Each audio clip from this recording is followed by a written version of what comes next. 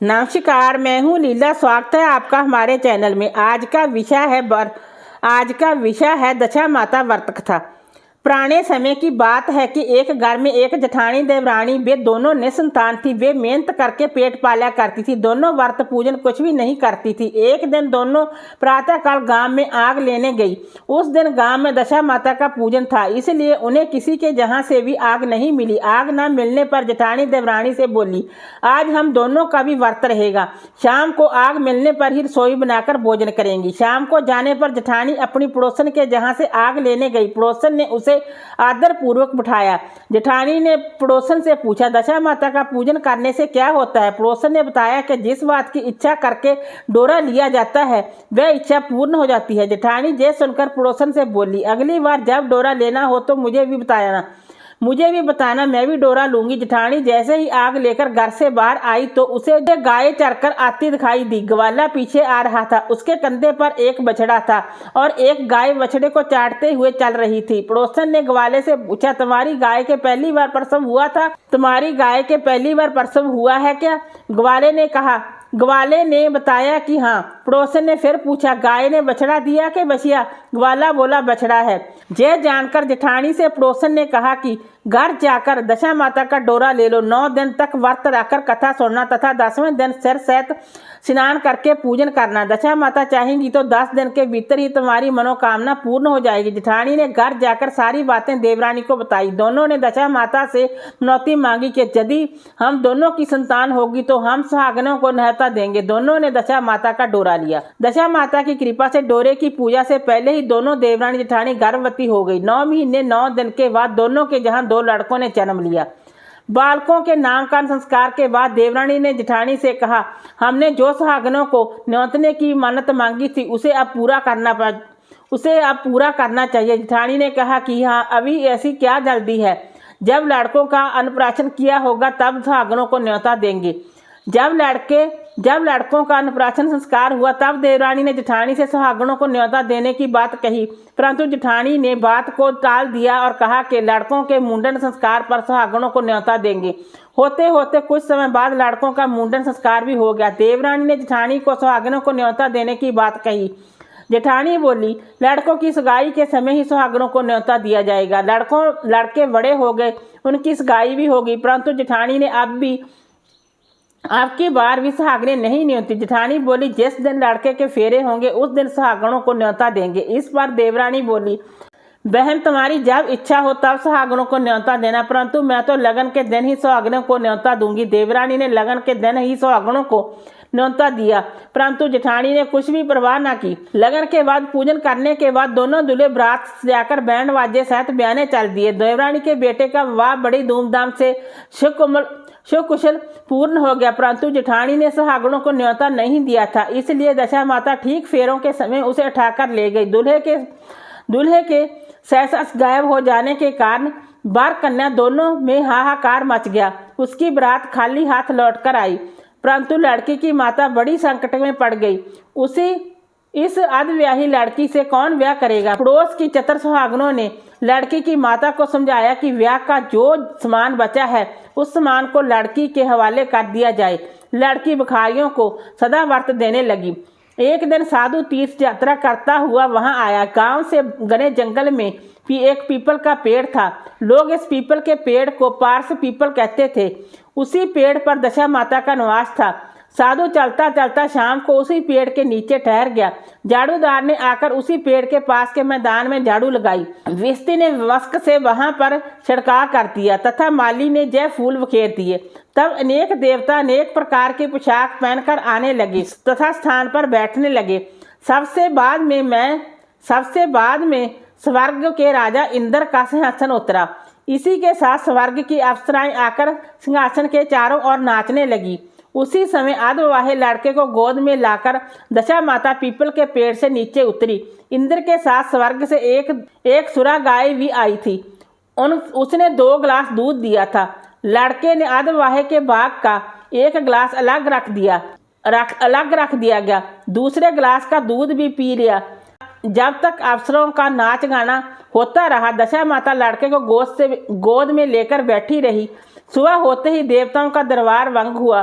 साधु भी वहां से चलकर गांव में गए। साधु महाराज गांव में भिक्षा मांगते मांगते आज वह लड़की के घर पर पहुंचे। लड़की ने आदर सहित साधु को बिठाया और भोजन तैयार किया। लड़की ने 3 पत्तल परोस कर रखे। पहली पत्तल अधवाहे अपने पति के लिए रखी, दूसरी पत्तल बाबा जी के सामने रखी और एक पत्तल अपने सामने रखी। बाबा ने अपने आप कहा, वाह, जो बात मैंने रात वहां देखी वही बात यही भी देखने को मिल रही है। लड़की ने पूछा, क्या बात है बाबा जी? साधु बाबा ने बात टालते हुए कहा, हम बैरागी लोग ऐसी अनेक बातें कहते रहते हैं, तुम्हें ऐसी बातों से क्या मतलब? तुम तो भोजन करो और भगवान का भजन करो। लड़की ने हट पकड़ ली। उसने कहा, जब तक आप अपनी कही बात का खुलासा नहीं करोगे मैं भोजन नहीं करूंगी। इस पर भी साधु बाबा चुप रहे। तब लड़की बोली कि आप साधु हैं और मैं सती हूँ। आप या तो अपने कथन को स्पष्ट कीजिए कि आपने रात में क्या देखा था, नहीं तो मैं आपको श्राप दे दूंगी। तब साधु बाबा ने रात का सारा किस्सा कह सुनाया। यह सुनकर लड़की ने बाबा के साथ पीपल के पेड़ के पास जाने का निश्चय कर लिया। साधु बाबा आगे आगे चले और लड़की उनके पीछे पीछे चलती रही। साधु बाबा लड़की को पास पीपल के पास छोड़कर चले गए। संध्या होने पर नित्य की तरह जमादार ने झाड़ू लगाई, बिस्नी ने अपनी मस्क से पानी का छिड़काव और माली ने फूल बिछाए। देवताओं के राजा इंद्र आए। अप्सराओं का नाच गाना प्रारंभ हुआ। उसी समय दशा माता पीपल के पेड़ पर से उतरकर दरबार में बैठ गई। लड़के ने सूरा गाय का दूध लिया और 1 गिलास अधवाही लड़की के लिए रख दिया। जैसे ही लड़के ने दूध का गिलास मुंह पर लगाया, त्यों ही लड़की दूसरा गिलास हाथ में लेकर वर के सामने आ गई। वह बोली, अपना भाग लेने के लिए मैं उपस्थित हूँ, मेरे लिए क्या आज्ञा है? मैं सेवा करने के लिए तैयार हूँ। तब लड़का बोला, मैं इस तरह से तुमसे नहीं मिल सकता, मैं दशा माता की सेवा में रहता हूँ। मुझे अभी दरबार में जाकर दशा माता की गोद में बैठना होगा। यदि तुम्हें मुझसे प्यार है तो दशा माता को प्रसन्न करके उनसे मुझे अपने लिए मांग सकती हो, तब मैं तुम्हारा हो सकता हूँ। लड़का दूध पीकर दशा माता की गोद में जाकर बैठा। लड़की अप्सराओं के साथ नाच गाने लगी। जब सवेरा हुआ तो दशा माता ने इस नई लड़की को बुलाकर पूछा, तुम कौन हो? तुम्हारे नाचने से मैं बहुत प्रसन्न हुई, जो कुछ मांगना है मांग लो। लड़की ने दशा माता से वचन लिया कि मैं जो कुछ मांगू वह आप मुझे प्रदान करेंगी।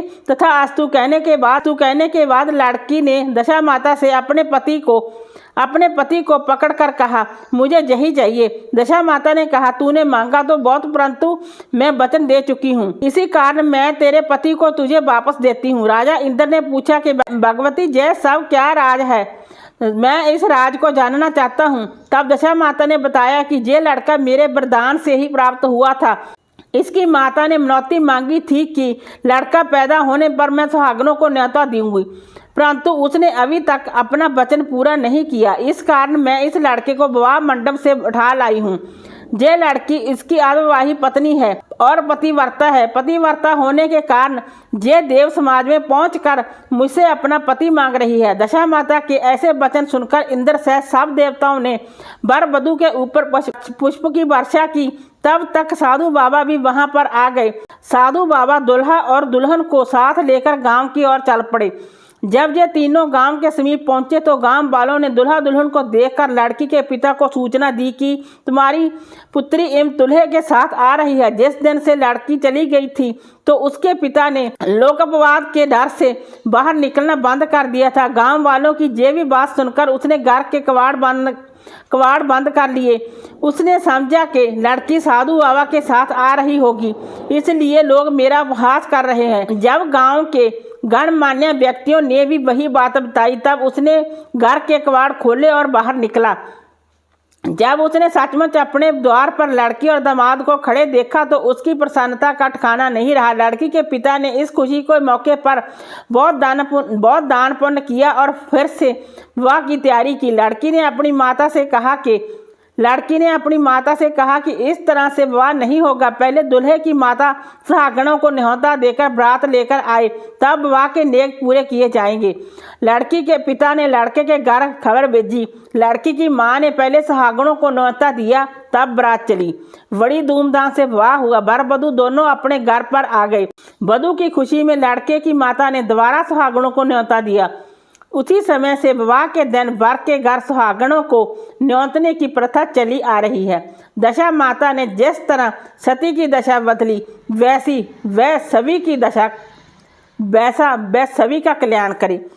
वीडियो अच्छा लगा हो तो लाइक कीजिए, शेयर कीजिए, सब्सक्राइब कीजिए। Thanks for watching this video.